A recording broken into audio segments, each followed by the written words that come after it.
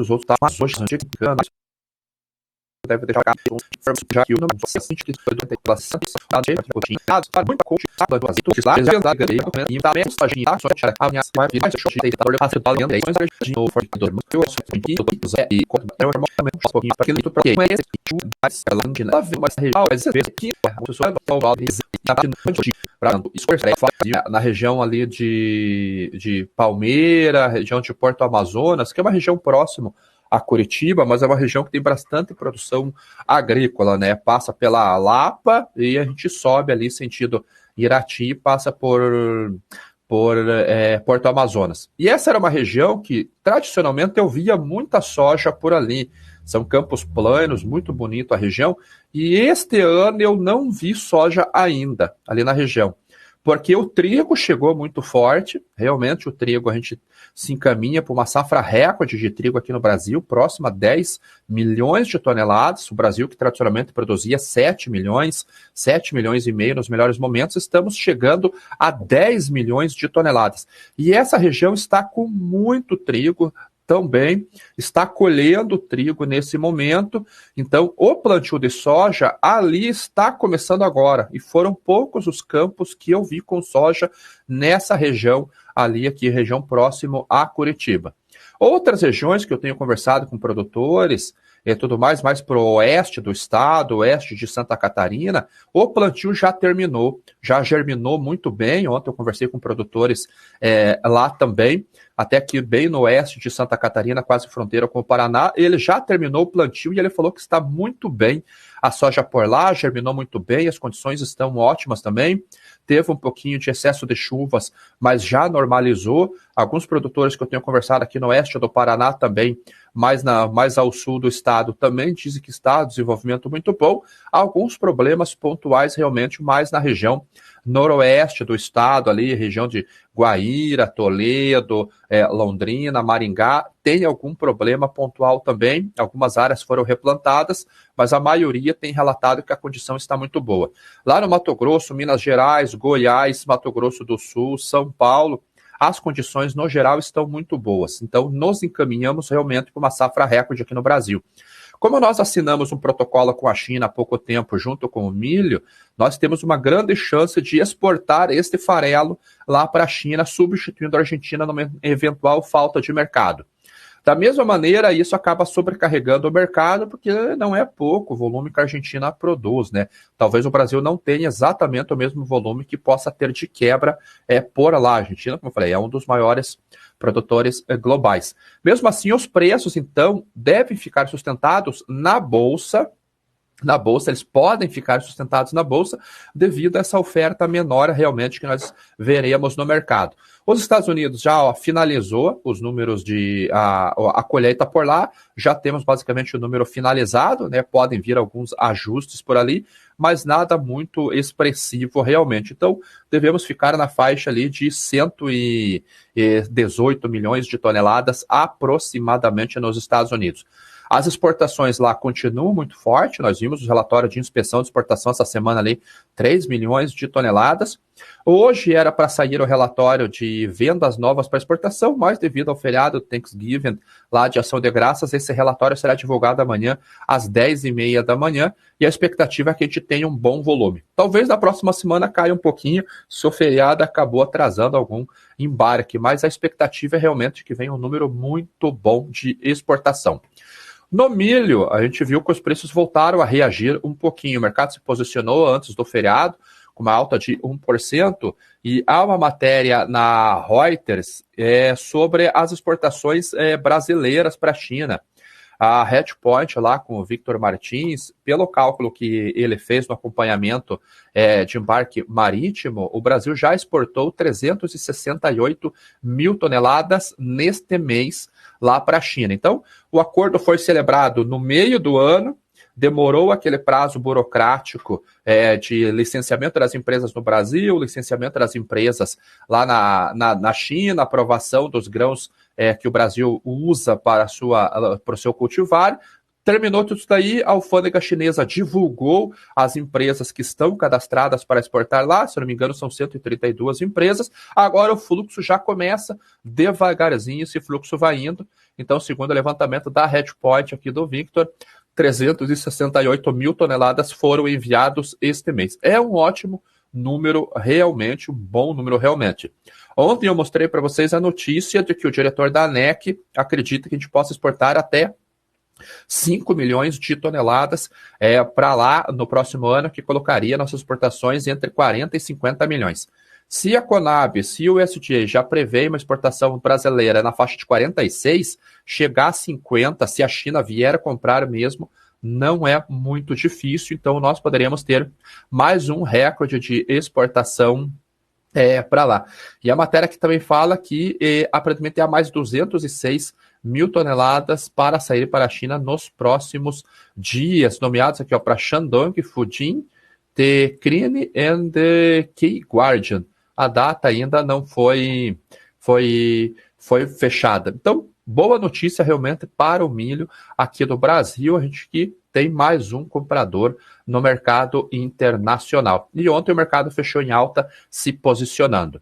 O que pode ter segurado um pouquinho a alta e acaba até afetando as cotações do petróleo no dia de ontem? O petróleo caiu bastante no dia de ontem.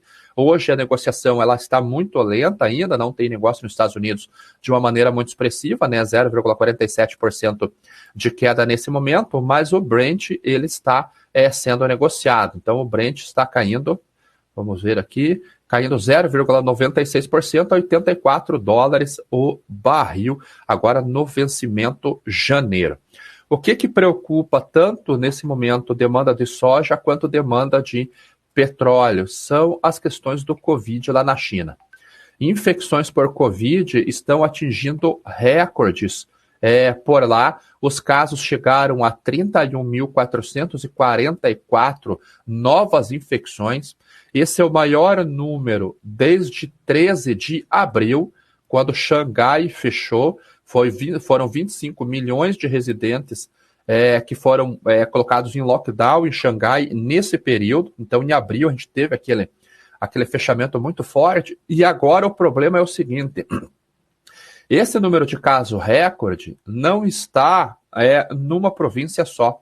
Ele está espalhado pela China. Ele vai desde Guangzhou, que é uma cidade industrial muito grande, mais ao sul da China, quanto ele vai para cidades mais ao leste, chegando até Pequim, que fica mais no centro-norte do país. Então fica muito difícil de você controlar. E as medidas o número de novos casos vieram após as medidas de relaxamento da política de Covid-0. Então agora começamos a trabalhar com a possibilidade de a China voltar a impor a política de restrição mais forte. A matéria não fala em lockdown na cidade toda. Eles não vão fechar, por exemplo, Guangzhou, mas eles vão fechar aquelas localidades dentro das cidades que estão com os maiores números de casos. Então pega 2, 3 bairros, fecha completamente esse bairro, limita a circulação de pessoas, testes em massa, quarentena e tudo mais, e isso pode atrapalhar. Até os próprios moradores começam a questionar como manter um crescimento mínimo da economia, sendo que a economia está fechada. Então, é um desafio realmente para a China. Algumas entidades que fazem monitoramento de economia já reduzem a expectativa de crescimento chinês. O número atual já está em 2,4%. Então, é basicamente metade do que a China diz que iria crescer esse ano, que era de 5%. Então, realmente um desafio muito grande. Está aqui até, acabei batendo o olho aqui. Nomura, a corretora Nomura cortou a previsão para 2,4% em relação ao anterior de 2,8%. E reduziu a previsão de crescimento para o ano inteiro de 2,9% para 2,8%, que está muito aquém da meta oficial da China de 5,5%. Então, realmente um desafio muito grande para a China, e a China a gente sabe que ela teria que retornar um pouquinho antes do restante do mundo, porque ela acaba sendo o polo industrial. A China produz os manufaturados que o restante do mundo vai consumir. Amanhã pode ser um bom termômetro com relação à economia norte-americana, né? O Black Friday ele foi planejado para ser imediatamente após o Dia de Ação de Graças. Então é um dos dias mais importantes para o comércio norte-americano por lá. Possivelmente o maior fluxo de compras acontece amanhã devido às promoções. Então o mercado espera também que talvez não aconteça um ciclo de alta muito rápido ou muito forte lá nos Estados Unidos. Muito rápido não, um ciclo de alta muito forte e muito prolongado nos Estados Unidos, e amanhã pode ser um termômetro junto com outros dados econômicos, talvez mostrando uma redução no crescimento, talvez um PMI um pouquinho mais negativo com relação ao sentimento dos gerentes de compra nos Estados Unidos, possa colocar no mercado um sentimento de que o aumento da taxa de juros realmente está fazendo efeito, então os membros do comitê do FONC lá não precisam elevar, como as conversas que começam a circular, alguns rumores ali, de até 75 pontos, já na próxima reunião que acontece mais ou menos daqui uns 20 dias lá nos Estados Unidos. Então, é uma das esperanças do mercado realmente isso, mas o desafio da China, ela é realmente muito, muito grande. Ontem teve uma treta lá na China com relação à Foxconn, que é quem produz o iPhone por lá. Vocês devem ter visto vídeos na internet ou visto tweets falando sobre isso. É funcionário lá, o pau quebrando lá na China e muita confusão e tentando fugir dos alojamentos e briga, e a polícia teve que intervir. O que aconteceu lá? Houve, segundo os diretores, os líderes da Foxconn, um erro no sistema, aqui, um erro técnico relacionado ao pagamento de novos funcionários. Ou seja, ou veio pagamento a menos, eles anunciaram também que iriam atrasar o pagamento de bônus e estavam colocando novos funcionários junto com funcionários com suspeita de Covid no mesmo dormitório. Então, imagine a confusão armada. Você contrata a pessoa com uma expectativa de rendimento, de salário, com bônus, e não paga o salário em dia, paga menos, corta o bônus e coloca você junto com uma pessoa com suspeita de Covid para manter a produção e poder fazer a entrega dos iPhones lá para o Natal, e provavelmente alguma coisinha devia ser vendido agora nos próximos dias. Então a confusão foi realmente muito grande, a polícia teve que intervir e agora haverá uma investigação. Aqui está falando, nossa equipe está investigando o assunto e descobriu que o erro técnico durante o processamento da integração, disse a Foxconn. Ou seja, eles pedem desculpas por um erro de entrada no sistema de computador e garantem que o pagamento real é o mesmo acordado e nos cartazes oficiais de recrutamento. Não detalhou o erro. Então, a gente não sabe, a gente só pode especular. Com certeza vai ter muita gente falando que foi A ou que foi B, que foi uma situação planejada ou que foi erro. O fato é que aconteceu um erro. Não vou entrar no mérito, não cabe a mim entrar no mérito, não estava lá. Então, o fato ocorreu, pau torou por lá, briga, quebradeira, e agora eles estão investigando realmente o que vai acontecer lá. Isso preocupa realmente o mercado. Outro tema que nós estamos discutindo agora e que não deu em nada ontem e que deve dar um estresse ainda no mercado é com relação ao petróleo russo. Não chegaram a um acordo ainda sobre o teto de preços para o petróleo russo. A Rússia ela já diz que não vai fornecer petróleo a países que apoiam o teto de preços. Então, como é a União Europeia que está discutindo isso, o G7 também, então países que aderirem ao acordo, a Rússia já anunciou que não vai fornecer, mas eles não chegaram a um acordo. O problema é esse, eles não conseguiram chegar no acordo. Foi feita uma reunião ontem entre os membros da União Europeia. Há alguns países que acham que esse teto ele está muito alto e outros acham que o teto está muito baixo. Então você pega países aqui, entre Polônia, Lituânia e Estônia, eles acreditam que 65 a 70 dólares é muito alto porque deixa um lucro grande para a Rússia ainda, porque o custo de produção em torno de 20 dólares por barril. Já países mais pobres, Chipre, Grécia e Malta, o Cabral queria Portugal está aqui no meio, sim. Eles acham que o teto de preços é muito baixo, o limite é muito baixo e exige uma compensação pela perda de negócios ou mais tempo para se ajustar. Ou seja, países que têm condição financeira ou supostamente têm condições financeiras, eles conseguem buscar petróleo em outros locais, como o Oriente Médio, como na China, como nos Estados Unidos, e outros países mais pobres, ali eles não têm esta mesma condição, então eles preferem continuar comprando, por uma questão provavelmente de infraestrutura e de logística, continuar comprando petróleo da Rússia. Hoje à noite eles vão se reunir de novo para tentar chegar a um acordo, senão amanhã eles se reúnem de novo. É uma medida que, particularmente, eles devem tentar nessa faixa de $70, mas eu acho que não vai trazer muito alívio, porque o petróleo russo já está sendo negociado muito próximo ou abaixo desse nível. E aí a China antecipou, comprou muito petróleo, tem comprado muito petróleo russo com esse desconto. A Índia se tornou o segundo maior comprador de petróleo russo, agora desde o início da guerra, se aproveitando do desconto também.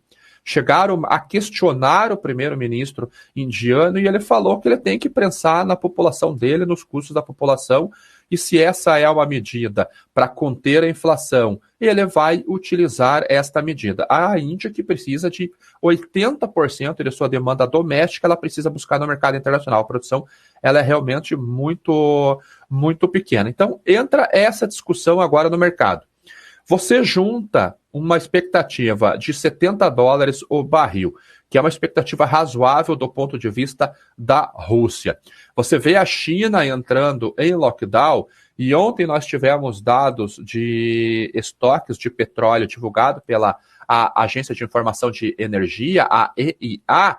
O estoque de petróleo caiu acima da expectativa de mercado, 3,69 milhões de barris foi a queda, o mercado esperava uma queda de 1,1, porém, o estoque de gasolina aumentou muito mais, 10 vezes mais do que o mercado esperava 380 mil barris, veio um aumento de 3 milhões de barris, e o de destilado, enquanto o mercado esperava uma queda de 500 mil barris, veio uma alta de 1,7 milhão de barris, e é justamente os destilados que têm o consumo maior no início do ano, devido ao inverno. Aqui está Richinoil, Gasoil, nesta cesta de derivados mais utilizados no início do ano.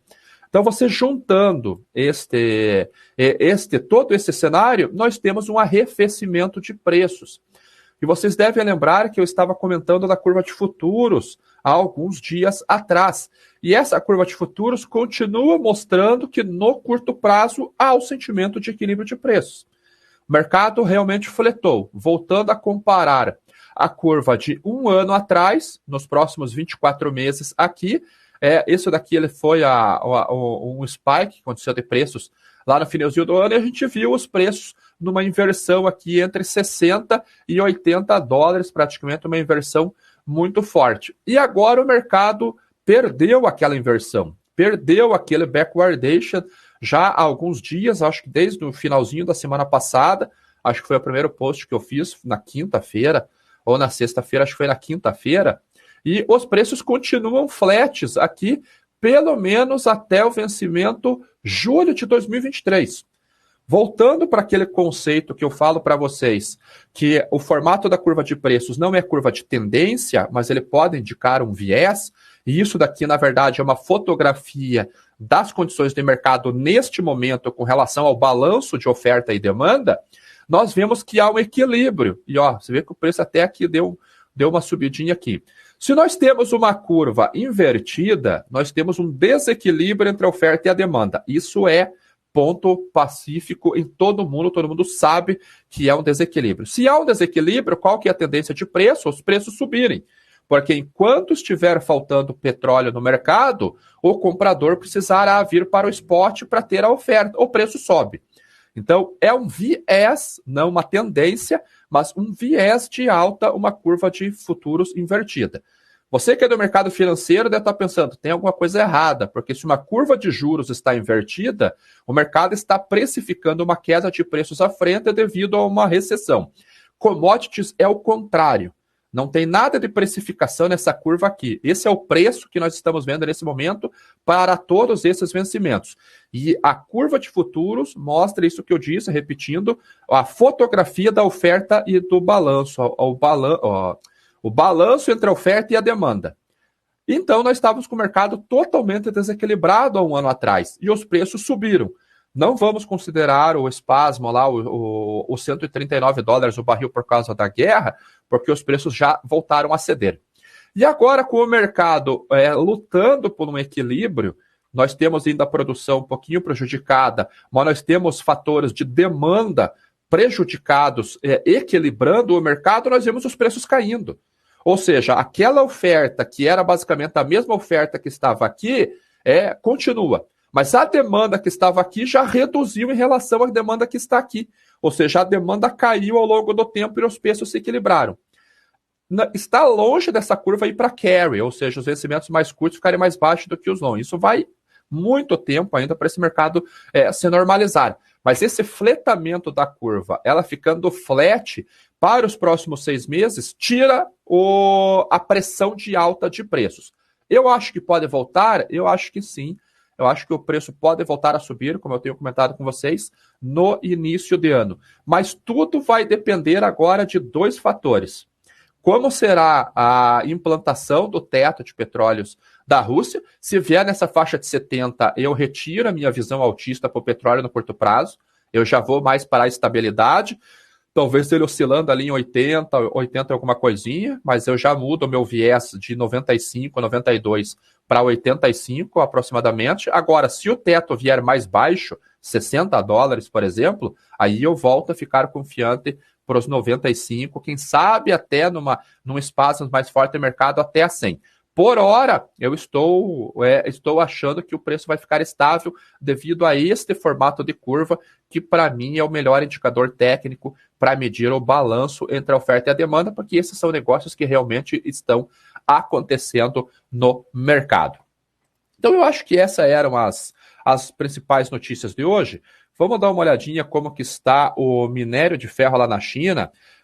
Para nós encerrarmos, porque o minério de ferro, apesar das restrições do Covid, o governo anunciou um novo pacote de incentivo lá de crédito, 38 bilhões de dólares agora para o setor imobiliário, é uma linha de crédito nova para financiamento. Isso animou o mercado e as cotações fecharam com alta aqui, na média de 1,1%, 1,2%, ou seja, superaram as expectativas de queda do consumo devido ao Covid, já que o dinheiro basicamente manda acima de qualquer coisa na economia. Então, uma interrupção de 3 dias de queda, os preços voltaram a subir. E ontem aqui na B3, nós tivemos a Vale subindo 0,99% e a Petros subindo 0,44%. O dólar ficou basicamente estável, ele teve uma queda muito sem vergonha no dia de ontem. O milho 0,30%, R$ 89,00 a saca no milho futuro, e o BGI a 291, uma alta de 0,28% aqui na nossa querida B3. Então, essas foram as notícias de hoje. Pelo que eu vi, nenhuma pergunta aqui. Eu vi uma pergunta aqui do Leandro. Leandro, ainda tem assinatura da Pine? Não lembro direito. Nós temos 2 assinaturas, Leandro. A Pine ela é a corretora, né? Nós fazemos a consultoria.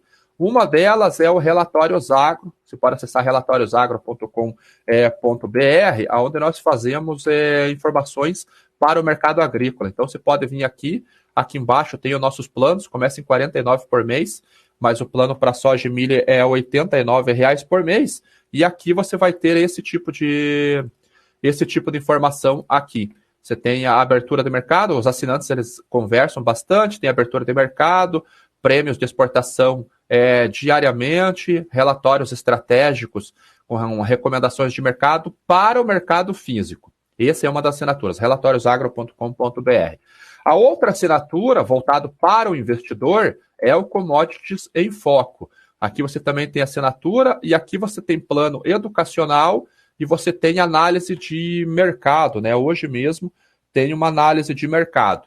O aplicativo para interação do pessoal é na mesma no mesmo suporte, né? Então a gente vê estratégias de operação, a gente compartilha bastante tema lá, começamos a analisar relações a posicionamentos em futuros. Tem conteúdo educacional e tem conteúdo prático. Opa, não estava mostrando a tela, né? Então, Commodities em Foco é isso daqui. Como eu falei, a gente faz análise de investimentos aqui e pensamos em como se posicionar, aproveitando algum movimento de preços, a discussão sobre estratégia, empresas correlacionadas e tudo mais. O Relatórios Agro, que é voltado para o produtor rural, tem relatórios de recomendações de mercado, por exemplo, aqui, o que o produtor deve fazer.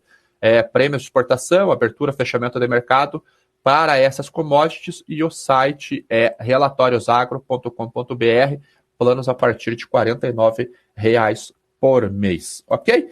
E pelo que eu vi, não tem nenhuma outra pergunta, então é só o pessoal dar o like realmente ali para a gente partir para o pré-market aqui na BMC News e para o estudo semanal para quem é assinante do Commodities em Foco.